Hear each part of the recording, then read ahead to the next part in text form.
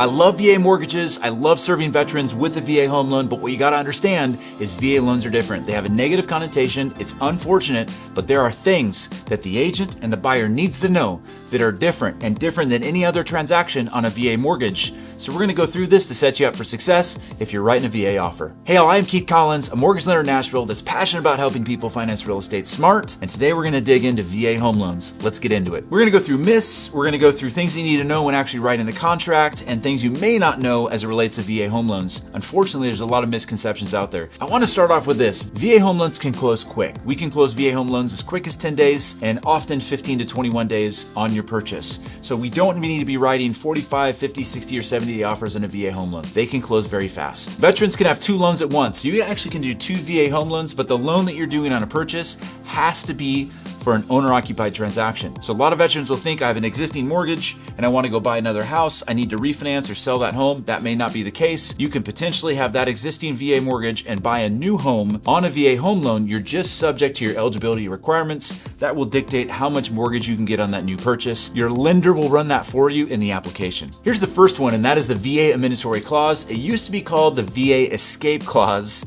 And when I go over the definition, you'll understand why it was called that. So I'm going to read this. It states that the veteran has the right to cancel the purchase contract and the good faith deposit, the earnest money deposit, refunded without penalty if the property does not appraise for at least the purchase price. It does go on further to say that the buyer does have the option to move forward in the transaction and cover the difference, but they have the right to cancel. So that is something that you need to know, that VA Mandatory Clause. Even if you're writing an offer that has no appraisal contingency, you have to sign that VA Mandatory Clause. A lender cannot do a home loan without the VA Mandatory Clause signed, which is going to indicate that they can back out if it doesn't appraise, which kind of nullifies your appraisal waiver in the offer. Be aware of that. Here's something that's actually really cool is the maximum seller credit on a VA home loan is 4%. That means that a seller can contribute to the buyer's closing costs up to 4% of the purchase price to cover closing costs, to cover points, to cover buy downs, to do a 2-1 buy down, but also to pay off buyer's debt.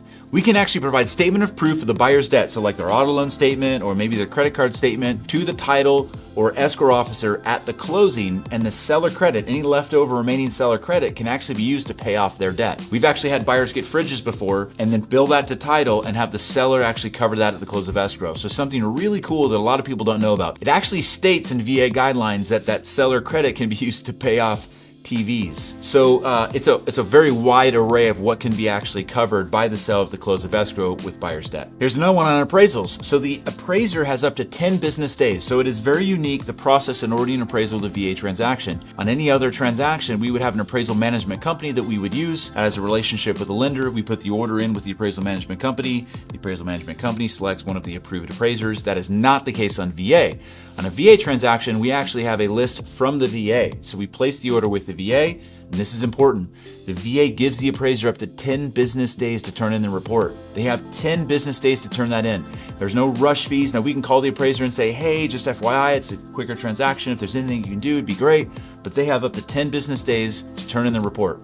Now here we're early 2024. The real estate industry is a little bit slower. They are not taking 10 business days to turn those in, but you need to know that they have the ability to do that. So if you're putting an appraisal contingency in there, and you're making it quicker or shorter than 10 business days, that can provide problems for your contract. You'll have to get potentially extensions. This is interesting, and this is a reason why I love VA appraisals. It's called Tidewater. I have no idea why they call it Tidewater, but check this out. Doesn't happen on any other transaction outside of a VA transaction. If the VA appraiser thinks that the appraisal is going to come in low, so let's just say it's a $500,000 contract and they think they're going to bring it in at like 480, they can't call you and tell you that they're going to bring it in at 480, but what they do is they enact Tidewater. They contact the lender and they say, hey, I am enacting Tidewater. I can't tell you the value that I'm bringing in at, but presently it's less than the contract price. You have 48 hours to provide me comparable sales to justify the value of the property. We have had situations where we provide good comps to the appraiser and the appraisal actually comes in. There's something else that you don't know. We have a little loophole in with the VA. If you enact Tidewater and provide comps, that is key. You have to provide comps within that 48-hour period of time. But if you do that and the appraiser still doesn't bring it in, there's actually a way that you can reach out to the VA directly to plead your case for value. And every time we've done that, we've actually got an increase in value over and above what the appraiser provided to us. So this this is something that comes up a lot. An agent will ask me, what are the VA non-allowables? So there's a whole list, and you can check out the description below. There's a whole list of VA non-allowable fees, but check this out. If your lender is not charging an origination fee, there are no VA non-allowables. What's a VA non-allowable? VA non-allowable is a fee that the VA does not allow to be charged to a veteran, like an escrow fee. But again, if your lender is not charging origination fees, you do not have to worry about that. So good indication is if the lender that you're working with is saying, hey, we need to write this into the offer that the seller covers the VA non-allowables, they might be charging your veteran a little too much money and they're charging some origination fees. So VA non-allowables is something you don't need to worry about if you have a lender that is not charging the veteran origination fees. Pest reports. Pest reports are interesting, and pest reports can change, not the actual report, but the requirement that the lender may place can change state to state. There is a form called the NPMA 33. That is a document that's a standardized document across the country that is used in a VA transaction. We have to have clear pest to close a VA transaction. The buyer can pay for the pest report and the buyer can clear all of the pest damage. So a lot of times lenders will say the seller has to pay for the pest report and the seller has to clear the pest. That lender most likely doesn't understand VA guidelines completely or has an internal overlay. The lender themselves is saying, yeah, I understand VA says this, but we're going to make this happen. It's usually not that case on this specific aspect of VA in terms of an overlay. They just don't know that they don't have to, but the buyer can pay for the pest inspection and the buyer can clear all of the pest work that needs to be done. California real estate agents, here's a huge caveat. There are a lot of lenders out there that will actually require you to get a full pest report to include all the documentation as it relates to Section 2, which is often dry rot. That is not a VA requirement. So if your lender is saying, hey, I need the full pest report, you're in California and the lender's saying, I need the pest report to include the Section 2 and the dry rot, and then they're asking you to fix those Section 2 items on the pest report, that is not accurate. You do not need to do that. That is an overlay that lender has in California. So just know that. Hey y'all, my goal with this channel is to teach you how to finance real estate smart. And if that is something that you're interested in, please make sure that you like this video and subscribe to my channel so that you get to see more content like this.